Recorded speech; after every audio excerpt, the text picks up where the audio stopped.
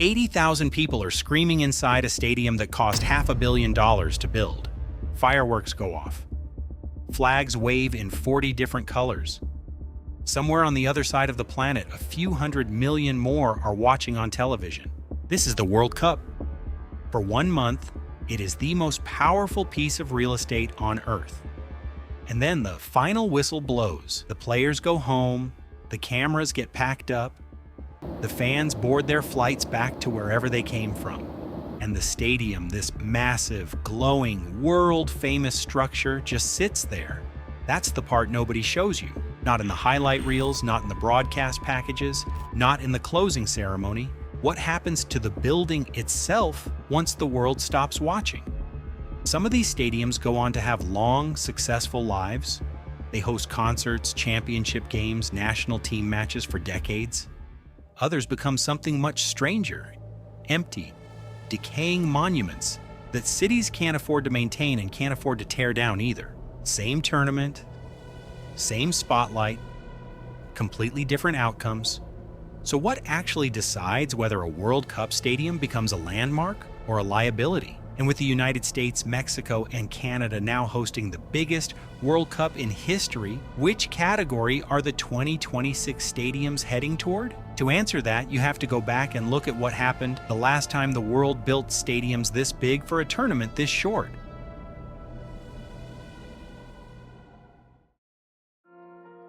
There's a term economists use for buildings like this: white elephants. Massive, expensive, impressive to look at, and almost impossible to justify once the original purpose is gone. The phrase comes from an old story about the king of Siam, who supposedly gifted sacred white elephants to courtiers he wanted to bankrupt. The animals were beautiful, but they couldn't work, and the cost of keeping one alive would eventually ruin whoever received it. Centuries later, we use the same term for stadiums, arenas, and Olympic villages. Here's why it keeps happening. When a country wins the right to host a World Cup, FIFA hands over a list of requirements. Host nations then race to build or renovate stadiums to hit those specs, usually on a tight deadline, usually with public money, and usually in cities that have never needed a stadium that large before. The problem isn't building the stadium. Countries can always find a way to build something spectacular for a global audience. The problem is everything that happens after, filling 70,000 seats on a random Tuesday in November, 3 years after the world stopped paying attention. A stadium built for 1 month of global attention needs a completely different plan for the other 4 years and 11 months of its life. And that plan is exactly where most World Cup hosts have failed. South Africa found this out almost immediately. For the 2010 World Cup, the country spent somewhere between $2 and $4 billion building and renovating 10 stadiums. FIFA wouldn't let some cities simply upgrade what they already had. In Cape Town, officials wanted to renovate an existing rugby stadium.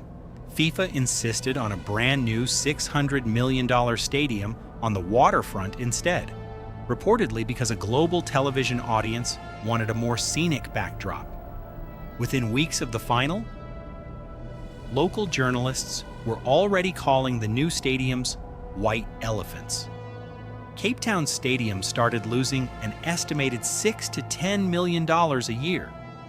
A decade later, roughly 1 in 5 residents wanted it demolished, and the estimated cost of tearing it down was actually less than what the city loses running it for a single year. In Polokwane, a stadium built to hold over 40,000 fans sat next to South Africa's home league, where that season, out of more than 200 matches played nationwide, only 4 games drew a crowd that large. The city didn't even have a professional team to call the building home. Brazil, 4 years later, somehow found a way to make it worse. The final bill for Brazil's 12 World Cup stadiums came in at over $4 billion, nearly 4 times what FIFA's own pre-tournament estimate had projected. The most expensive one, in the capital city of Brasilia, ended up costing $900 million, making it the second most expensive soccer stadium on the planet, behind only Wembley. Within a year, it was functioning as a parking lot for buses. In Manaus, a stadium built deep in the Amazon rainforest for around $300 million, hosted exactly 4 World Cup matches and never saw a top-flight club move in afterward. Running costs were estimated at nearly $250,000 a month. At one point, a local judge floated turning the stadium into a detention facility just to give it some use. In Cuiabá, a stadium meant to host championship football ended up making headlines when homeless people were discovered living in its locker rooms. In Natal, the stadium's biggest source of revenue became, of all things, weddings and children's birthday parties. Russia's 2018 stadiums followed a similar script in smaller cities. In Saransk, a stadium was downsized from over 40,000 seats to 25,000, and the local club still couldn't fill it, regularly drawing crowds of around 3,000, with the extra seating simply covered in tarpaulin. Even Qatar, which spent an estimated $200 billion on 2022 World Cup infrastructure and publicly promised there would be no white elephants this time, is still working through the same problem. The plan to shrink the tournament's centerpiece stadium in Lusail from nearly 90,000 seats down to 40,000 and convert the rest into homes, shops, and schools still hadn't happened years after the final. 3 different countries, 3 different continents, 1 identical pattern. Build big for the cameras, then struggle for years afterward to justify what got built. Which raises an obvious question. If the risk is this well documented, why do countries keep doing it?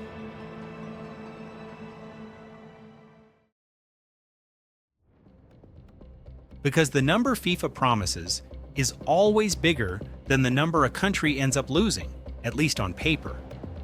Bid consultants routinely project billions in economic activity before a country even wins hosting rights. South Africa was told to expect a boost of nearly $3 billion against roughly $300 million in stadium spending. The final stadium bill alone ended up more than 10 times that estimate. This pattern repeats itself constantly. Independent economists who study Olympics and World Cups going back to the 1960s have found that more than 4 out of every 5 of these events actually run at a financial deficit for the host. Not less profitable than promised. An outright loss. And it's not just stadiums. Hosting a World Cup means new transit lines, upgraded airports, hotel construction, security infrastructure, telecommunications overhauls, costs that rarely make it into the celebratory headlines when a country wins the bid. So the real question is never, how much will this cost? It's who actually pays it and who actually profits once the bill comes due. That question becomes especially interesting once you get to 2026. Because for the first time in decades, one region is trying a completely different financial model. Not a single new stadium is being built for the 2026 World Cup. That single fact separates this tournament from almost every recent World Cup and Olympics combined. Instead of constructing brand new venues in cities that may never fill them again, FIFA is leaning almost entirely on stadiums that already exist, already have tenants, and already sell out regularly for reasons that have nothing to do with soccer. 11 of the 16 host venues are in the United States, and the overwhelming majority of them are NFL stadiums first. Atlanta's stadium already hosts the Falcons and Atlanta United. Dallas's stadium already hosts the Cowboys. Kansas City's stadium is already a Guinness World Record holder for crowd noise, generated entirely by Chiefs fans. These buildings were never designed around a single month-long tournament. They were designed to be busy 52 weeks a year, every year for decades. Mexico's Estadio Azteca might be the strongest counter-argument to the entire white elephant problem. In 2026, it becomes the first stadium in history to host matches across 3 separate Men's World Cups, stretching back to 1970. If a building can stay relevant across nearly 60 years and 3 global tournaments, the idea that stadiums are inherently disposable falls apart completely. This is closer to how the United States handled its first World Cup back in 1994. No new stadiums were built then either. Organizers used college football stadiums and NFL venues, including an indoor dome in Michigan that had to grow natural grass just for the tournament. That World Cup still holds the all-time attendance record for any World Cup ever played, and it helped launch Major League Soccer, which is still running 3 decades later. But safer doesn't mean risk-free. Even without new construction, plenty can still go wrong in the months and years after the final whistle in 2026. And a few specific venues are already worth watching more closely than others. Start with the obvious safe bets. Any stadium already anchored by an NFL franchise, Atlanta, Dallas, Houston, Kansas City, Los Angeles, Miami, Philadelphia, San Francisco, Seattle, Boston, and the New York area, is guaranteed a steady stream of major events regardless of what soccer does next. These stadiums host 8 to 10 NFL games a year on top of concerts, college football, and increasingly MLS matches. The World Cup is essentially a bonus month layered onto a business model that was already working. Then there's the temporary cost most fans never think about. To meet FIFA's rules, 7 of those 11 NFL stadiums had their usual artificial turf ripped out and replaced with real sod-grown grass, some of it grown on farms in Colorado and shipped in refrigerated trucks. One stadium compressed a normal 12-week grass installation into about 3 weeks. Almost all of that grass gets removed once football season starts again, which means these renovations, unlike South Africa's or Brazil's, aren't really legacy investments at all. They're expensive, temporary theater, money spent to satisfy FIFA for 30 days, with almost nothing left behind once the turf goes back in. The venues without an NFL anchor face a different kind of pressure. Toronto's BMO Field and Vancouver's BC Place rely far more heavily on MLS revenue, which simply doesn't generate the same money NFL football does. Toronto's public cost projections for hosting have already climbed from an initial estimate of tens of millions of dollars to somewhere near $380 million without a single new stadium built. That's a lot of money spent on a tournament that leaves behind no new physical asset at all, so the buildings themselves look safe almost everywhere in 2026. The bigger financial question has shifted somewhere else entirely, to the cities that agreed to host in the first place.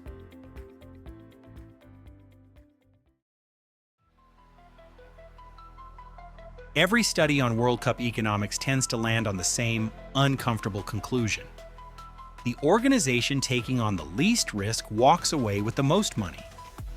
FIFA generates roughly $4 billion on average from each World Cup through broadcasting rights, ticketing, and merchandising. For 2026, that number is projected to clear $11 billion, the largest haul in the tournament's history.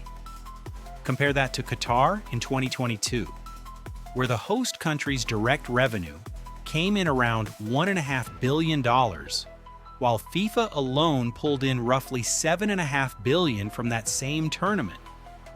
FIFA made nearly 5 times more money than the country that spent $200 billion building the stage. Host cities, meanwhile, are the ones absorbing security costs, transportation upgrades, and staging expenses, often running well past $100 million per city, according to sports economists. Many of the actual contracts between cities and organizers remain confidential, shielded from public disclosure because the organizing committees running the event are structured as private nonprofits. There are winners closer to the ground, too. In 1994, host cities like New York, San Francisco, and Boston pulled in a combined $1 billion in tourism revenue, with hotel and restaurant spending both jumping by double digits. That's the version of the story FIFA loves to tell. But even that story has a catch. Some Mexican host cities have already seen hotel prices spike by nearly 1,000% as the tournament approached. A windfall for hotel owners, but a real burden for everyone else trying to travel or simply live in that city during the tournament. And in New York, official economic projections were already being publicly disputed months before the opening match. After advance hotel bookings for the tournament period were tracking behind a completely ordinary year with no major event at all, there's one more group worth mentioning, quietly benefiting the most from all of this: the billionaire owners of NFL franchises. Their stadiums are getting new grass systems, security upgrades, and global exposure, largely paid for and coordinated through FIFA's tournament budget, while carrying essentially none of the downside risk. If the World Cup underperforms financially in their city, their stadium's actual business, professional football, continues completely unaffected, which brings the whole story to its final, unavoidable question. Once the last game is played in July 2026, what actually happens to these 16 buildings?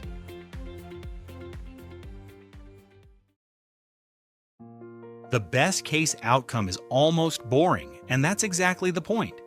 Every stadium simply goes back to doing what it was already doing: NFL Sundays, MLS matches, concerts, college football, with a permanent hosted the World Cup credential attached to its name. Estadio Azteca keeps doing what it's done since 1970, extending the longest active stadium legacy in World Cup history even further. The worst-case outcome looks less like an empty stadium and more like an empty invoice. Cities like Toronto, which spent hundreds of millions on hosting without adding a single new stadium, could be left holding a bill with nothing physical to show for it, a white elephant without the elephant. If tourism numbers underperform the rosy, pre-tournament projections the way early New York bookings suggest they might, several host committees may be forced to publicly admit the economic promises simply didn't hold up. The most realistic outcome sits in between, and it's actually the most interesting version of the story. The stadiums themselves will be fine, that much is close to guaranteed, but the financial argument around who paid what and who actually gained from it is going to keep playing out in city council meetings and investigative reports for years after the last ball is kicked. Expect a split legacy. American NFL-anchored venues get remembered as proof that a World Cup doesn't need new stadiums to succeed, while the Canadian and Mexican venues, running on thinner margins, face far more scrutiny over whether hosting was worth the price. So, what actually happens to a World Cup stadium once the tournament leaves? The uncomfortable truth is that the answer was never really about the World Cup at all. Not one of these stadiums fails or thrives because of what happens during those 4 weeks of matches. They fail or thrive because of what was already true about the city before the tournament ever arrived. Whether there was a team, a fan base, and a business model waiting to take the building back once the cameras left. Cape Town Stadium didn't collapse because the World Cup wasn't good. It collapsed because nothing was lined up to replace it. Estadio Azteca isn't thriving because it hosted 3 World Cups. It hosted 3 World Cups because it was already thriving. That's the real difference between a landmark and a liability. It was never decided by the tournament. It's decided by the 4 years, 400 years, or 4 decades that follow it. So the next time you're watching a World Cup match and the camera pulls back to show 80,000 fans on their feet, ask yourself a different question than everyone else in the room. Not who's going to win this game, but will anyone still be sitting in these seats 5 years from now, once the world has already moved on to the next one?